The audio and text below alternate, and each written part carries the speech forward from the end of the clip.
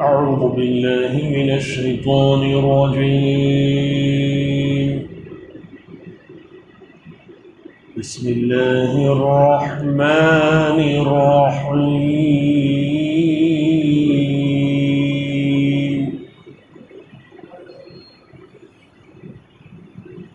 وإذ استسقى موسى لقومه فقلنا اضرب بعصاك الحجر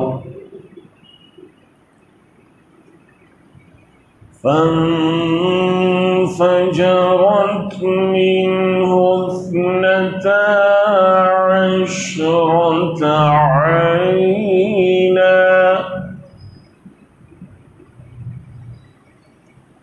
قد علم كل أناس مشربهم كلوا واشربوا من رزق الله ولا تعثوا في الأرض مفسدين.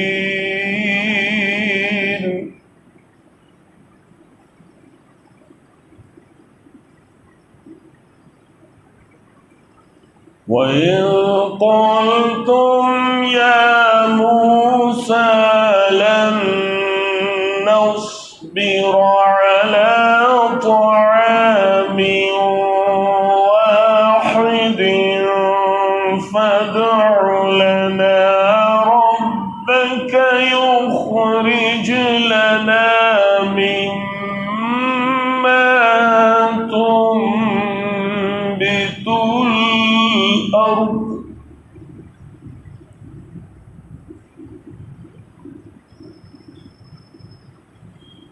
فادع لنا ربك يخرج لنا مما تنبت الأرض من بقلها وقثائها وفومها وعدسها وبصلها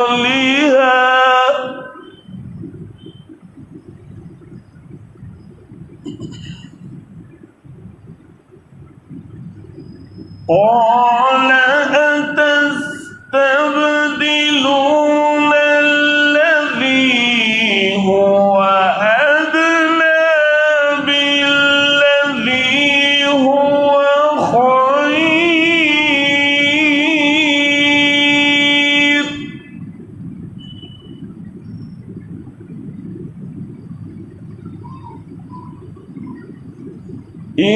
اهبطوا مصرا فإن لكم ما سألتم وضربت عليهم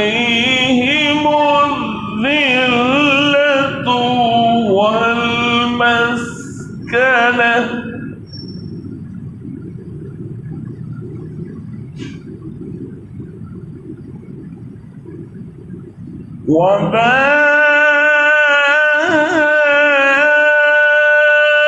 وباءوا بغضب من الله ذلك بأنهم كانوا يكفرون بآيات الله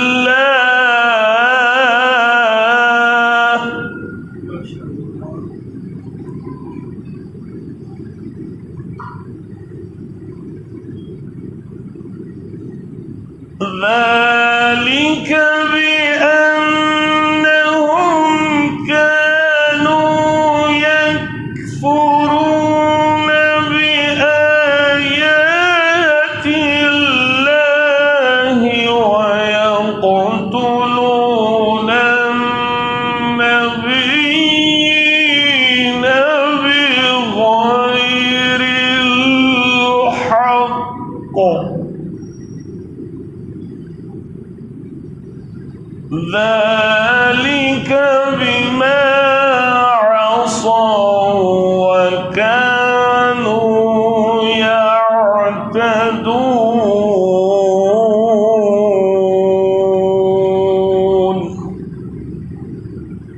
صدق اللہ العظیم. سورہ بقرہ کی آیات 60 اور 61 پڑھی. ترجمہ سماعت فرمائیے. یاد کرو جب موسیٰ علیہ السلام نے اپنی قوم کے لیے پانی کی دعا کی تو ہم نے کہا کہ فلاں چٹان پر اپنا عصا مارو. چنانچہ اس سے 12 چشمے پھوٹ نکلے اور ہر قبیلے نے جان لیا کہ کون سی جگہ اس کے پانی لینے کی ہے. اس وقت یہ ہدایت کر دی گئی تھی کہ اللہ تعالیٰ کا دیا ہوا رزق کھاؤ پیو اور زمین میں فساد نہ پھیلاتے پھرو. یاد کرو جب تم نے کہا تھا کہ اے موسیٰ ہم ایک ہی طرح کے کھانے پر صبر نہیں کر سکتے. اپنے رب سے دعا کرو کہ ہمارے لیے زمین کی پیداوار ساگ ترکاری گیہوں لہسن پیاز وغیرہ پیدا کرے. تو موسیٰ علیہ السلام نے کہا کیا ایک بہتر چیز کے بجائے تم ادنا درجے کی چیز لینا چاہتے ہو؟ اچھا کسی شہری آبادی میں جا رہو، جو کچھ تم مانگتے ہو وہاں مل جائے گا. آخرکار نوبت یہاں تک پہنچی کہ ذلت و خواری اور پستی و بدحالی ان پر مسلط کر دی گئی اور وہ اللہ کے غضب میں گھر گئے. یہ نتیجہ تھا اس کا کہ وہ اللہ کی آیات سے کفر کرنے لگے اور پیغمبروں کو ناحق قتل کرنے لگے. یہ نتیجہ تھا ان کی نافرمانیوں کا اور اس بات کا کہ وہ حدود شرع سے نکل جاتے تھے.